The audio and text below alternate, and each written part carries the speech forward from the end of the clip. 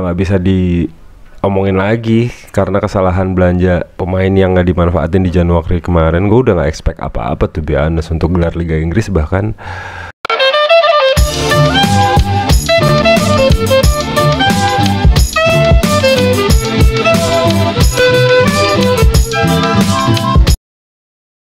Halo guys, balik lagi di konten Only Gunner. Setelah sekian lama ya, hampir 1 bulan lebih gue nggak bikin konten. Akhirnya bikin konten lagi Only Gunners, and I'm back here.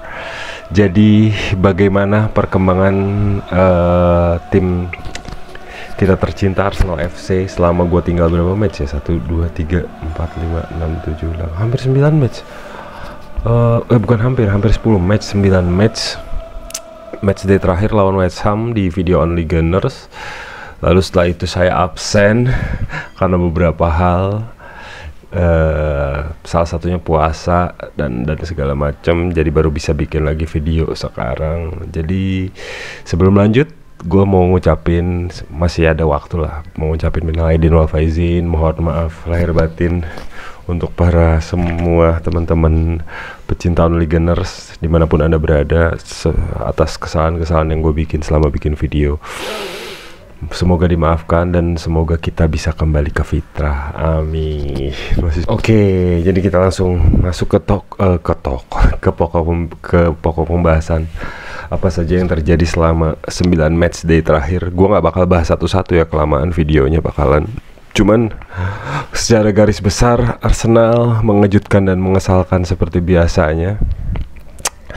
Badai cedera masih terus berlanjut di tim ini yang udah nggak bisa diomongin lagi karena kesalahan belanja pemain yang nggak dimanfaatin di Januari kemarin. Gue udah nggak expect apa-apa tuh be honest untuk gelar Liga Inggris, bahkan nggak expect apa-apa sama sekali gitu. Cuman beberapa match yang mengejutkan terjadi.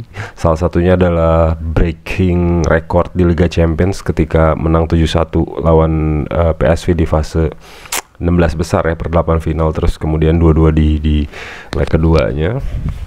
Terus kemudian Arsenal di quarter final ketemu Real Madrid masih di minggu ini sih sebenarnya. Terus di matchday 1 Emirates Stadium menang 3-0 atas Real Madrid, 15 kali juara Liga Champions, which is very good moment gitu loh, juara bertahan pula kan Real Madrid. Jadi gue bangga untuk Arsenal di Liga Champions. Tapi di Liga Inggris setelah melawan West Ham, gue akan ngasih catatan ya. Ketika lawan West Ham, setelah lawan West Ham di video terakhir Only Gunners, Arsenal ketemu Nottingham Forest berakhir 0-0. Oke lah, Forest di posisi 4 besar. Kemudian lawan MU, tapi mengecewakan. Kenapa 1-1 ngelawan tim papan tengah gitu loh. Kemudian ngelawan Chelsea menang 1-0, ngelawan Fulham menang 2-1. Fulhamnya juga lagi oke banget. Tapi ketika ketemu Everton malah 1-1, dan ketemu Brentford tadi malam dengan Brentford yang masih nggak jelas, nggak sebagus musim lalu, juga 1-1. Ini loh yang gue bilang, terlepas dari Arsenal itu nggak belanja pemain gitu ya, dan nggak belanja pemain dihantam badai cedera juga. Oke, itu bisa dijadiin alasan. Tapi Arsenal sebenarnya masih bisa menang. Toh buktinya dengan skuad yang ada bisa menang 3-0 atas Real Madrid sebenarnya. Itu gila sih. Tapi kenapa ketika ngelawan tim-tim yang gurem malah seri mulu gitu loh. Lawan MU, lawan Everton, lawan Brentford seri 1-1, itu buang-buang poin banget.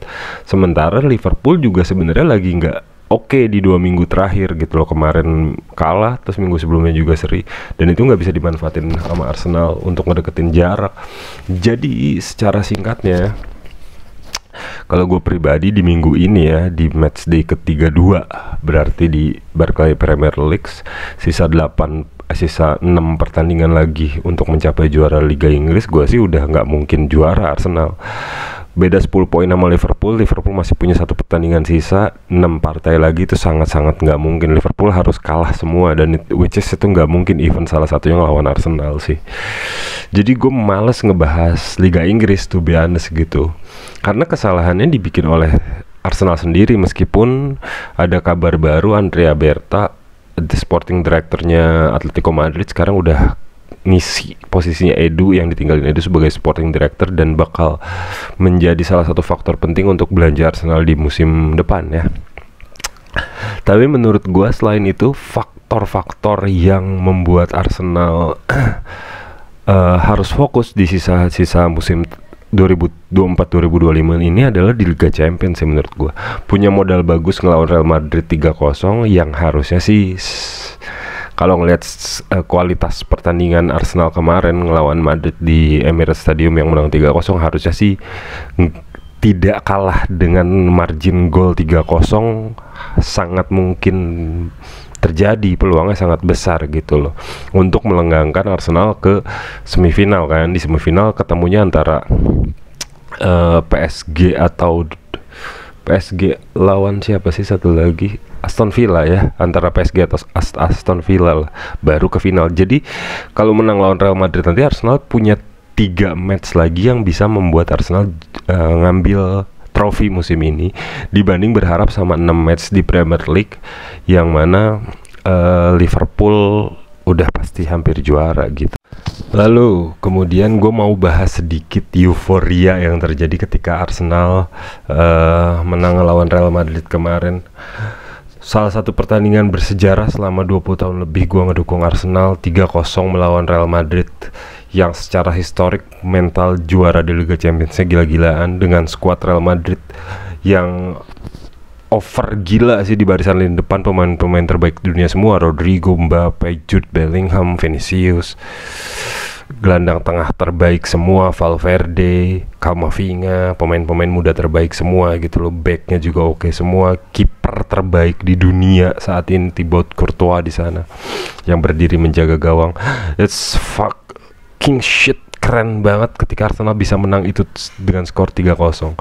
Dan satu kredit tersendiri malam itu, minggu ini, Rabu kemarin, ketika video ini dibuat dan diupload sama gue di hari Minggu, Declan Rice membuktikan kualitas dia sebagai salah satu gelandang terbaik dunia dan harga price tag 100 juta pound sterling itu, 100 juta pounds ya, atau euro, 100 juta euro itu bukan harga kemahalan.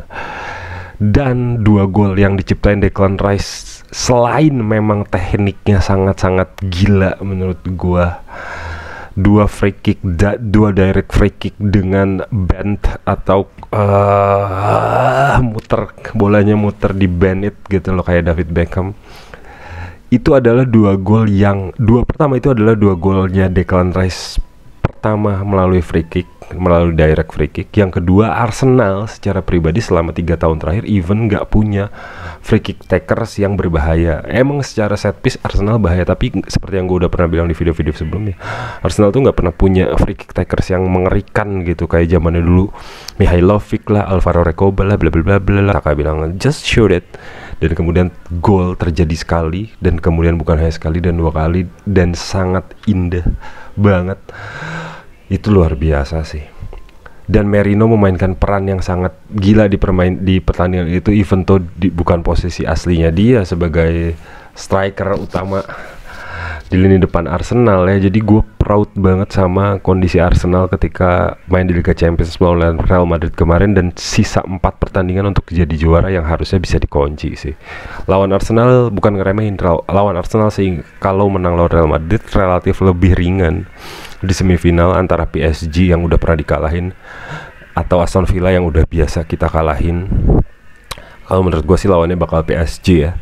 Dan di final juga saingan terberatnya antara antara Munchen, Inter, dan Barcelona yang bakal baku hantam gitu loh.